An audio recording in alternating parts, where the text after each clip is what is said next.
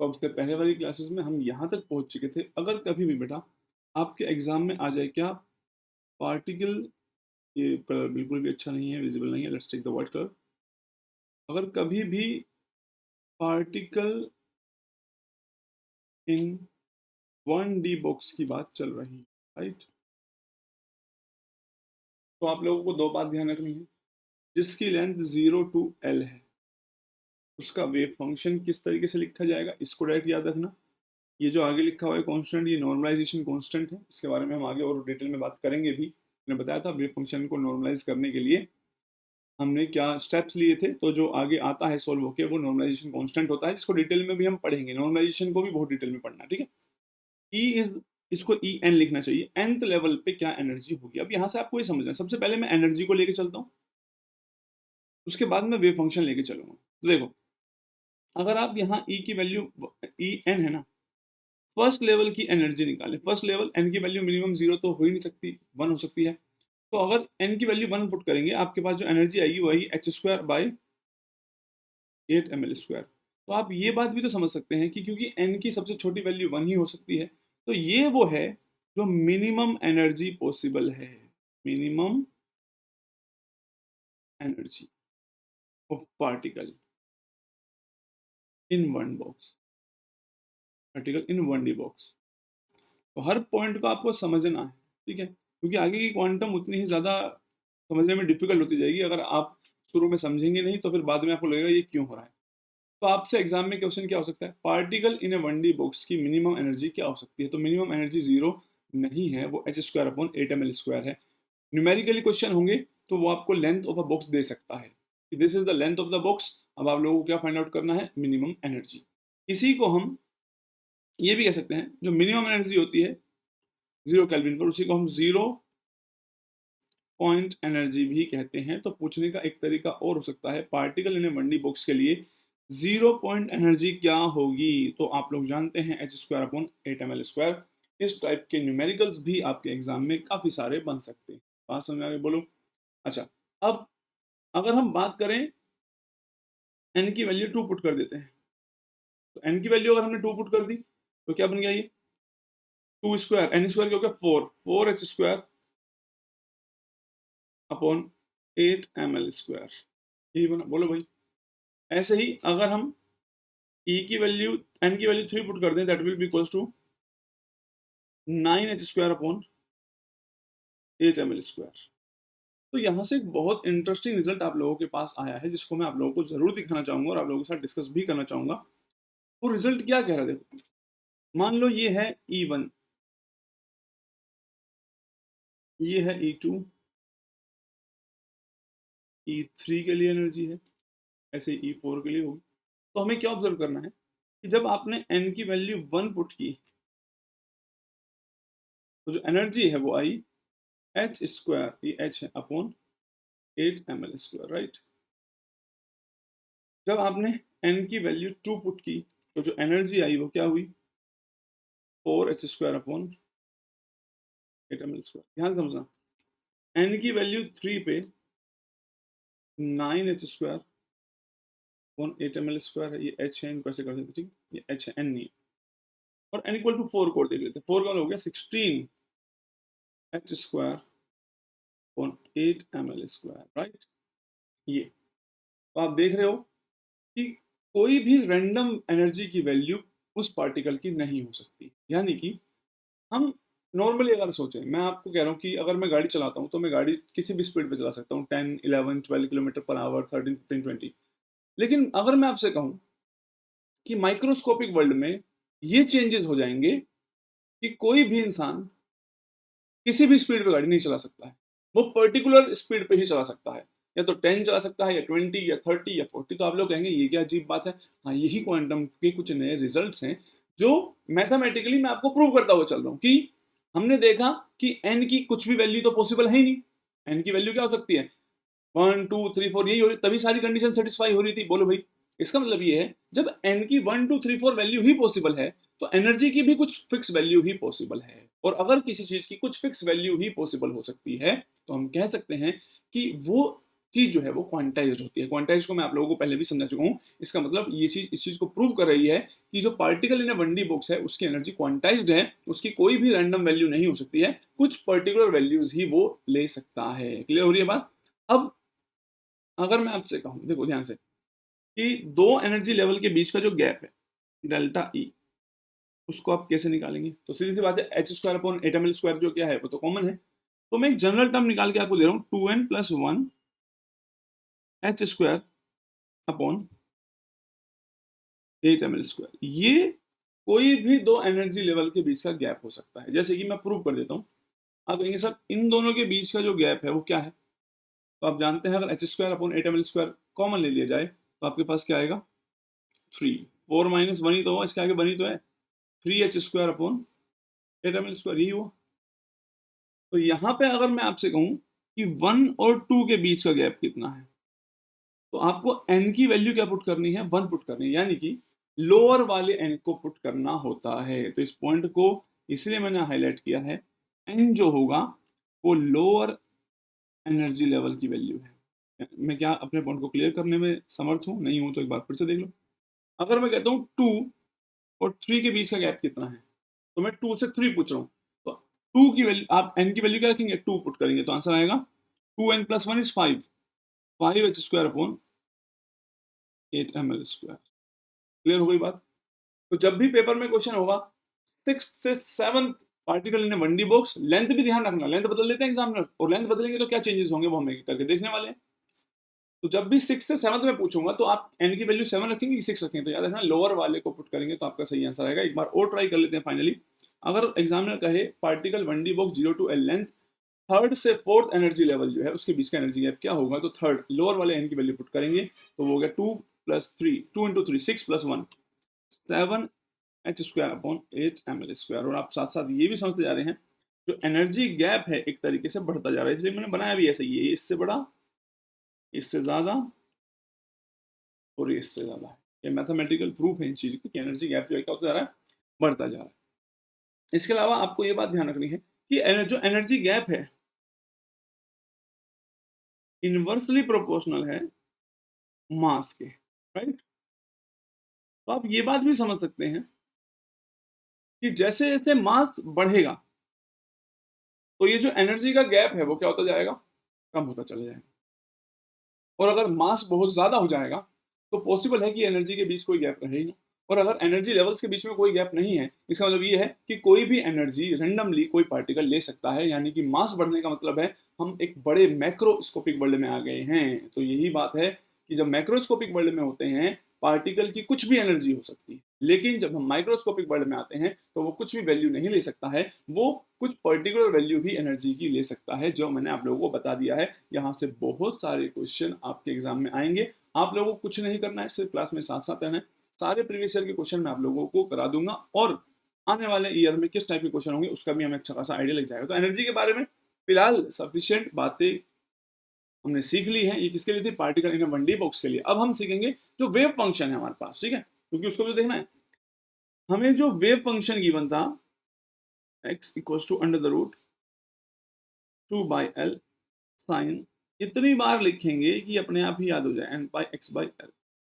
अब इस wave functions का से क्या क्या हम इंफॉर्मेशन निकाल सकते हैं, वो सारी चीजें अब हम सीखते हैं, राइट? तो मैं अब बोलो भाई, तो अब हम सीखेंगे इस, सबसे पहले हम सीखते हैं इसका ग्राफिकल रिप्रेजेंटेशन।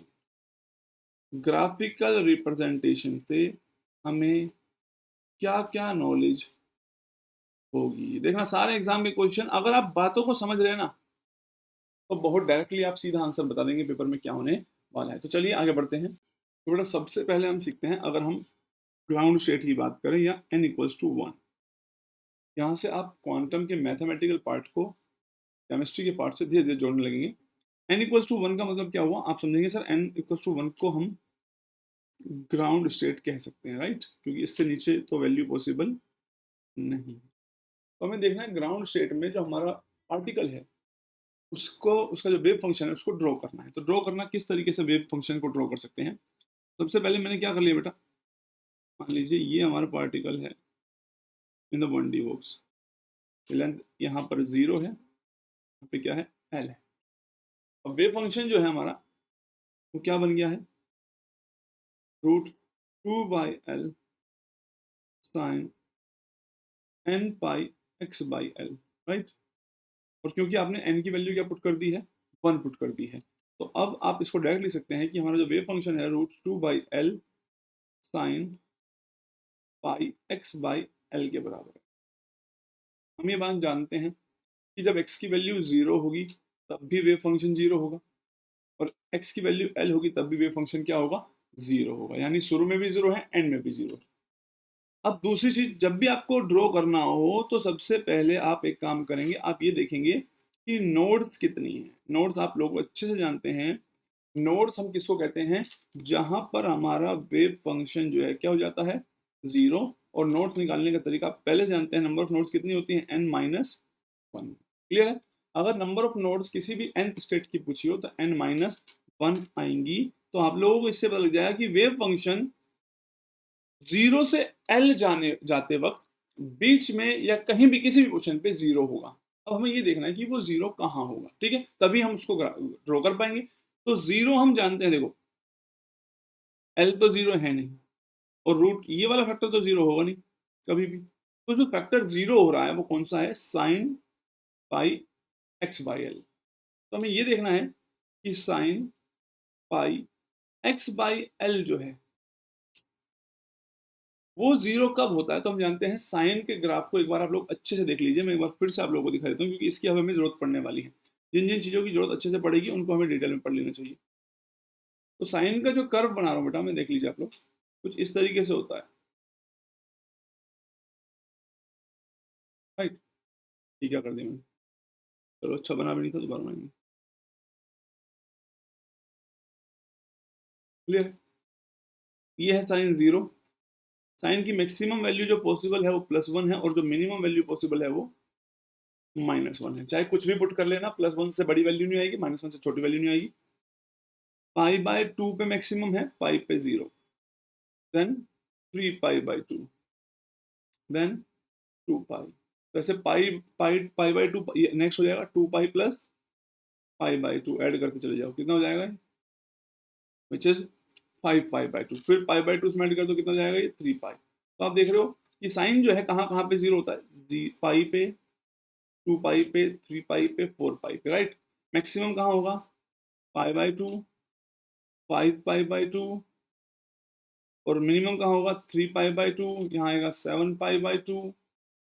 इस तरीके से मैक्सिमम मिनिमम इस कर्व को अच्छे से आप लोगों को जान लेना चाहिए। तो मैंने आपको क्या कहा कि यहाँ पर जो साइन का हमारा कर्व है वो क्या हो रहा है, कहीं वेव फंक्शन 0 हो रहा है, और 0 तभी हो सकता है जब साइन पाई की वैल्यू, साइन पाई एक्स, इसके अंदर जो भी वैल्यू है ये किसके इक्वल हो जाए, जब साइन पाई होता है तभी 0 होता है, राइट।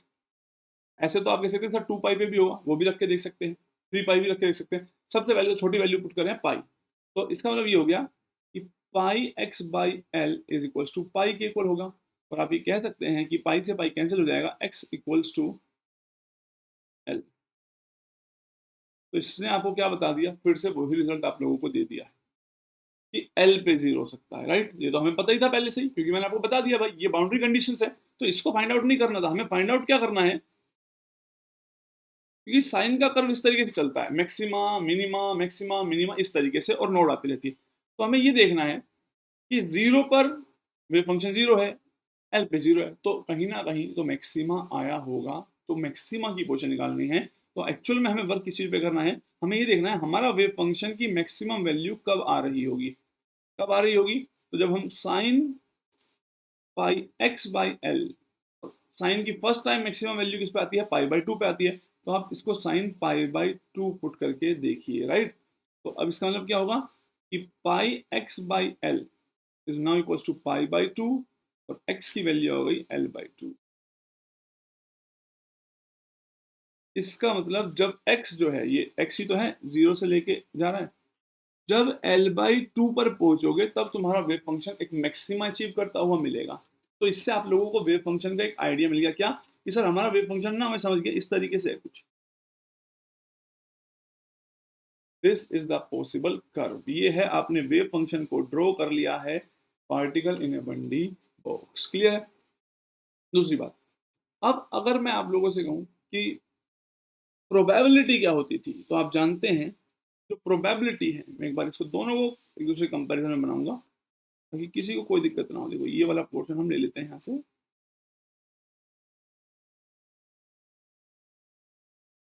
क्योंकि इसी के कंपैरिजन में पढ़नी है आगे चीजें। और दूसरी चीज हमें क्या बनानी है, प्रोबेबिलिटी। ये तो शाई बनाया है तुमने, शाई विद रिस्पेक्ट टू एल। अब आप शाई स्क्वायर का कर्व बनाएंगे, ये 0 है, एल है। शाई स्क्वायर का कर्व कैसा बनेगा, अगर किसी भी वैल्यू को आप स्क्वायर कर रहे हैं तो वैल्यू क्या हो रही है, बड़ी हो रही है। तो जब आप इसका कर्व बनाएंगे तो बेसिकली आपका इस तरीके का कर्व बनेगा, और ज्यादा इस तरीके से वैल्यू सिर्फ स्क्वायर होती हुई चली जाएगी। उनकी बात समझ आ रही। तो this is your curve of शाई स्क्वायर। शाई तो एक मैथमेटिकल फंक्शन है, शाई का कर्व हमें ज्यादा ज्ञान नहीं दे रहा है, ठीक है, लेकिन शाई का कर्व बनाने के बाद हम शाई स्क्वायर पे पहुंच पाए। तो शाई स्क्वायर हमें किसकी नॉलेज दे रहा है, प्रोबेबिलिटी। तो वो हमें क्या कह रहा है, देखो हम क्या सोच रहे थे, हम ये सोच रहे थे अगर पार्टिकल 1D बॉक्स में है और मूवमेंट कर रहा है, तो हम ये सोच रहे थे कि पार्टिकल की हर जगह होने की प्रोबेबिलिटी बराबर होगी, राइट। अगर मैं आपसे कहूँ एक इंसान है और एक कमरे में है और वो इधर से उधर घूम रहा है, तो उसकी किसी भी जगह पे होने की प्रोबेबिलिटी हर जगह बराबर मान के चलेंगे। लेकिन क्वांटम कहती है ऐसा बिल्कुल नहीं।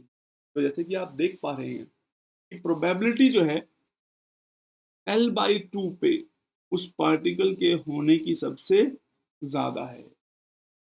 एल उससे और छोटे पोर्शन पे आएंगे तो प्रोबेबिलिटी कम होती जा रही है। देखो ये प्रोबेबिलिटी की वैल्यू है।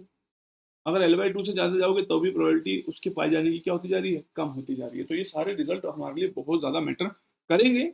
अभी सिर्फ आपको ये बात समझनी है कि किस तरीके से मैंने वेव फंक्शन ड्रॉ किया।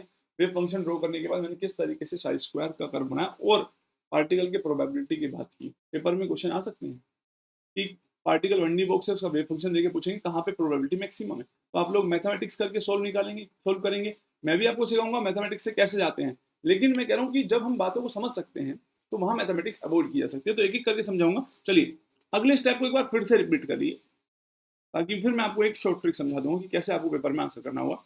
अब हम बात करते हैं n=2 की। और आप ये बात जानते हैं बेटा, n=2 होने का मतलब क्या है। n=2 का मतलब ये है, दिस इज योर फर्स्ट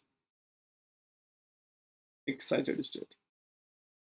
यही हो कि अगर पार्टिकल बर्निंग बॉक्स में है, ग्राउंड स्टेट है n=1, उससे पहली एक्साइटेड स्टेट है क्या, n=2। तो अब आपका जो वेव फंक्शन है वो बन गया होगा √2/L साइन 2πx/L, यही बन गया। अब आपको इस वेव फंक्शन को क्या करना है, ड्रॉ करना है। अगर आपको वेव फंक्शन ड्रॉ करना है तो आप अच्छे से एक बात जानते हैं, ये रही आपके वेव फंक्शन बॉक्स की लेंथ 0 और L। आपको सबसे पहले क्या चेक करना है, आपको चेक करनी है नोड्स। नोड कितनी होगी, n-1। तो n की वैल्यू क्या है 2, यानी फर्स्ट एक्साइट स्टेट में नंबर ऑफ नोड्स कितनी आ जाएगी 1। तो आपको सबसे पहले यही सोल्व करना है कि नोड किस पोजीशन पर होगी। नोड का मतलब है जहां वेव फंक्शन क्या हो जाएगा, 0। और आप जानते हैं कि अगर आप वेव फंक्शन को 0 पुट करना चाहते हैं तो ये वाला पार्ट तो 0 नहीं होगा। 0 होगा कौन सा पार्ट, साइन 2πx/L। और साइन 0 कब होता है, सबसे पहले सबसे पहली वैल्यू पुट करके देखिए, साइन π/2 पे। तो अगर आप 2π/x/L को इक्वेट कर देंगे π/2 से, तो पाई से पाई कैंसिल, x=L/4 आ जाएगा। बात समझ में आई बोलो भाई। इसका मतलब आपका जो वेव फंक्शन है तो L/4 आएगा। तो 90 पे तो 0 नहीं होता बेटा, गलती कर दी हमने। 180 पे 0 होता है, ठीक है। नोट साइन को किसी इक्वल पुट करना है आपको, पाई के इक्वल पुट करना है। इसको हमने गलत कर दिया, this should be pi. Sine pi 0 था, π/2 पे तो मैक्सिमा था, ठीक है। तो L/4 की जगह आपके पास जो आएगा वो एक्चुअल में L/2 आएगा, यानी नोड L/2 पे है। तो आप समझ गए, वेव फंक्शन यहाँ 0 है, यहाँ L/2 पे भी 0 है, देन L पे भी क्या है, 0 है। अब आप अच्छे से जानते हैं कि साइन का कर्व है तो दो ही पॉसिबिलिटी है, क्या, या तो इस तरीके से कर्व बन रहा होगा, राइट, या फिर इस तरीके से बन रहा होगा।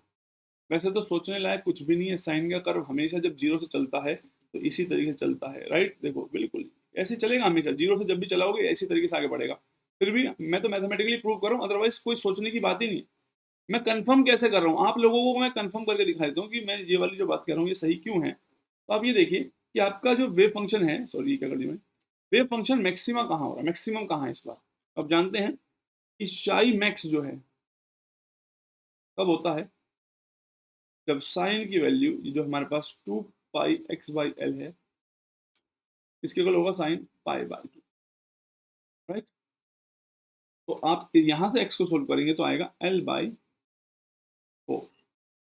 l/4 कहाँ हुआ, मान लीजिए ये 0 है, ये l/2, ये इसका आधा, l/4। तो ये l/2 है, ये कितना होगा 3l/4। आप एक तरीके से समझिए कि अगर ये आपका पूरा पार्टिकल में 1D बॉक्स था, वो ध्यान से चलना, समझ समझ के, समझ में आ गई तो कहानी खत्म हो जाएगी, चैप्टर में कुछ नहीं है। क्योंकि पेपर में आपको कुछ नहीं करना पड़ेगा, मैथ्स में डायरेक्ट बता रहा हूँ क्या होगा। अगर 0 से l है और नोड l/2 पे है, तो आपको क्या करना है, एक्चुअली इसको ऐसे लेके चला रहा l/4, 2l/4, 3l/4 और आगे आएगा 4l/4। तो ये कितना हो जाएगा l/2। इस तरीके से बॉक्स को आपने डिवाइड किया है। तो यहाँ आपका मैक्सिमा है, और अगर आप मिनिमा की पोजीशन निकालना चाहते हैं तो भी मैं बता सकता हूँ। आप जानते हैं कि मिनिमा कहाँ होगा, जब साइन 2 पाई x/l जो है किसके को लाएगा, मिनिमा कहाँ होता है, साइन 3 पाई/2 पे। आप इनको इक्वेट कर दीजिए, 2 पाई x/l को 3 पाई/2 से, तो आप x की वैल्यू को निकालेंगे क्या, 3l/4। तो ऑटोमेटिकली मैंने प्रूव कर दिया है कि एक्चुअल में कर्व ऐसे ही बनेगा, मैक्सिमा l/4 पे आएगा और मिनिमा 3l/4 पे आएगा। बात समझ आ गई।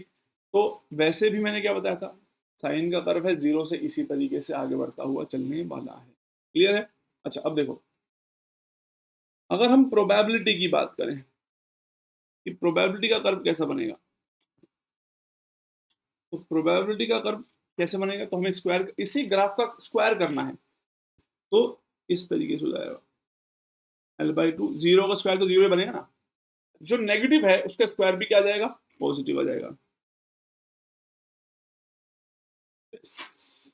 तो हालांकि मैंने थोड़ा सा गंदा सा बना दिया, पर एनीवेज आप समझ गए हैं। ये प्रोबेबिलिटी है उस पार्टिकल की जीरो से एल वाले बॉक्स में। यानी आप एक बात देखें कि l/2 पे उसके होने की प्रोबेबिलिटी क्या है, जीरो है। This is the most important part. इधर होने की प्रोबेबिलिटी है, इधर होने की प्रोबेबिलिटी है, l/2 पे होने की क्या है, जीरो है। जबकि हम अगर मैक्रोस्कोपिक वर्ल्ड में देखें, एक पार्टिकल अगर किसी बॉक्स में है, तो अगर इधर होने की प्रोबेबिलिटी है तो दूसरी तरफ भी है, तो बीच में भी होगी। लेकिन क्वांटम में ऐसा नहीं है। These are the new results. आपको यही समझते हुए चलना है कि क्या नए नए चेंजेस उस वर्ल्ड में हैं जो हमारे वर्ल्ड में पॉसिबल नहीं हो सकते हैं। अच्छा अब मैं आप लोगों को बताता हूँ डायरेक्ट कि पेपर में इतनी मेहनत करने की कोई जरूरत नहीं है। आप लोगों से अगर वेव फंक्शन ड्रॉ करना आता है तो आप किस तरीके से वेव फंक्शन को ड्रॉ करेंगे। चलिए, n=3, इसका कर्व बनाना आ गया आपसे। ये पूछा सकता है, पार्टिकल अगर 1D box 0 to l length में हो और सेकंड एक्साइटेड स्टेट में है, सेकंड एक्साइटेड स्टेट, राइट। आपसे क्वेश्चन ये पूछा जा सकता है कि उसका वेव फंक्शन कौन सा है, उसको सही पहचानो, कितनी नोड्स है ये बताओ, मैक्सिमा कहाँ कहाँ पर है, मिनिमा कहाँ कहाँ पर है, ये क्वेश्चन आपसे पूछा सकता है। और प्रोबेबिलिटी का कर्व किस तरीके से बनेगा, यही क्वेश्चन हो सकते हैं। तो आप लोगों को क्या करना है, तो आप ये जानते हैं डायरेक्ट नोड कितनी होंगी, 3 - 1 2। अभी आपको पोजीशन का कोई आइडिया नहीं। अच्छा आप ये बात जरूर जानते हैं कि जो लेंथ ऑफ द बॉक्स है वो 0 to l है। तो सबसे पहले आप लोग क्या करेंगे, उस बॉक्स को बना लेंगे।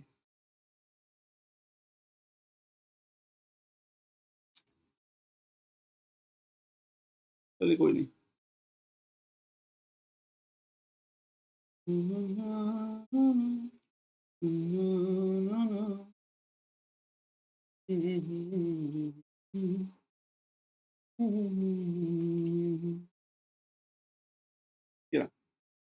ये है 0, ये है L।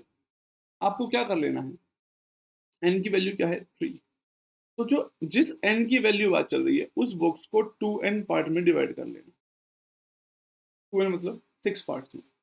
पार्ट नंबर 1 हो गया यहाँ जैसे 1 और 2, ये बीच में आएंगे 4, second part, third, fourth, equal 6 part में डिवाइड कर लेना जो n की वैल्यू होगी, राइट। जब आपने 6 पार्ट में डिवाइड किया है तो ये 0 है, तो ये L/6 होगा, ये 2L/6 होगा, 2L/6 को लिख सकते हैं L/3, ये 3L/6 होगा, ये 4L/6 होगा। आपने 5 पार्ट में डिवाइड किया, राइट। कितने में करना था, 6 में। आपने नहीं, मैंने किया डिवाइड। चलिए, तो पहला जो L/6 ऐसे लिख के चलना, L/6, 2L/6, 3L/6, 4L/6, 5L/6। अगला होगा 6L/6। आप जानते हैं 2L/6 क्या हो गया है, L/3, 3L/6 क्या हो गया है, L/2, 4L/6 क्या होगा, 2L/3। तो यानी कि ये पेपर में इस तरीके से भी लिखे मिल सकते हैं आपको, तो डरने की कोई जरूरत नहीं। आपको क्या करना है, n=3 का वेव फंक्शन ड्रॉ करना है और प्रोबेबिलिटी वाला कर्व बनाना है। मैक्सिमम मिनिमा पूछा है तो कोई मैथमेटिकल पार्ट करने की जरूरत नहीं है। मैंने क्या बताया, जो n की वैल्यू थी उस बॉक्स को 2n पार्ट में डिवाइड कर लेना। अब साइन का कर्व 0 से कैसे स्टार्ट होगा, आपको ये बात ध्यान रखनी है, और ये बात आप अच्छे से जानते ही हैं, ठीक है। एक बार मैं काम करता हूँ, इनको वैल्यूज को थोड़ा सा नीचे कर लेता हूँ। अब बता दो दिया, ये मैंने कहाँ पे क्या है, वैल्यू समझ गए ना, क्योंकि कर्व बना रहे हैं, ये बात थोड़ा सा आसान रहेगा हमारे लिए कर्व को देखना। तो कर्व हमेशा 0 से स्टार्ट कीजिए, पहले वाले को छोड़ते हुए दूसरे से ऐसे, नेक्स्ट को छोड़ते हुए ऐसे। अब आप बता सकते हैं कि मैक्सिमा की पोजीशन क्या है। अब जानते हैं कि मैक्सिमा की पोजीशन है L/6 एंड 5L/6, दो मैक्सिमा है। मिनिमा की पोजीशन क्या है, L/2। नोड की पोजीशन क्या है, L/3, 2L/3। क्लियर हो गई बात, बोलो भाई। तो ये हर किसी के लिए नहीं, ये particle in 0 to L length वाले बॉक्स में कर्व इसी तरीके से चलेगा। प्रोबेबिलिटी की बात करेंगे तो प्रोबेबिलिटी का कर्व कैसे बनेगा, 1 2 3 लाइक दिस। क्लियर होगी। प्रोबेबिलिटी से रिलेटेड क्वेश्चंस कैसे होंगे उनको हम अभी थोड़ी देर में देखने वाले हैं। एक बार आप लोग फिर से मेरे साथ ट्राई करेंगे कि अगर आपको वैसे इतने हाई लेवल की चीजें आएगी नहीं कभी भी, आपसे पूछ लिया n=4, पार्टिकल की बॉक्स की लेंथ जरूर ध्यान रखना 0 to L गिवन हो। अगर 0 to 2L हो तो कहानी बदलेगी, -L से L में भी कहानी बदलेगी, ठीक है। तो वो डिपेंड करता है कि लेंथ कहाँ से कहाँ हो सकती है। चलिए मान लीजिए 0 से L तक ही है फिलहाल। ओके, तो आपको कितने पार्ट में डिवाइड करना है, n की वैल्यू 4 है तो 8 पार्ट में, यानी कि पहली वैल्यू जो होगी L/8, 2L/8, 3L/8, 4L/8, 5L/8, 6L/8, 7L/8, 8L/8 is again L की कॉपी आ जाएगा, राइट। आपको कर्व बनाना है, आप जानते हैं बहुत अच्छे से, इस तरीके से पहले को छोड़ते हुए,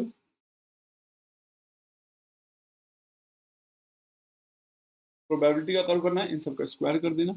आपसे मैक्सिमम मिनिमम पूछा जाता है, मैक्सिमम की पोजीशन L/8, 5L/8, मिनिमम की पोजीशन 3L/8, 5L/8, नोड्स की position 2L/8, 4L/8, 6L/8। Clear हो रही है बात, बोलो भाई।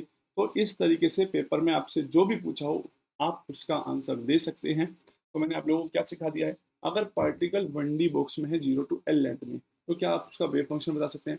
वेव फंक्शन बता देंगे तो आप उसका साई स्क्वायर का कर्व भी बता सकते हैं। 1D बॉक्स से वेव फंक्शन से रिलेटेड ऐसे ही क्वेश्चन आ सकते हैं, कितने नॉर्थ होंगे, मैक्सिमा की पोजीशन क्या होगी, मिनिमा की पोजीशन क्या होगी, नॉर्थ की पोजीशन क्या होगी। ये क्वेश्चंस आपके एग्जाम में पूछे जा सकते हैं particle in A 1D box में। अभी यहाँ तक, अभी हम प्रोबेबिलिटी वालों की तरफ आगे चलते हैं कि प्रोबेबिलिटी पे कैसे क्वेश्चंस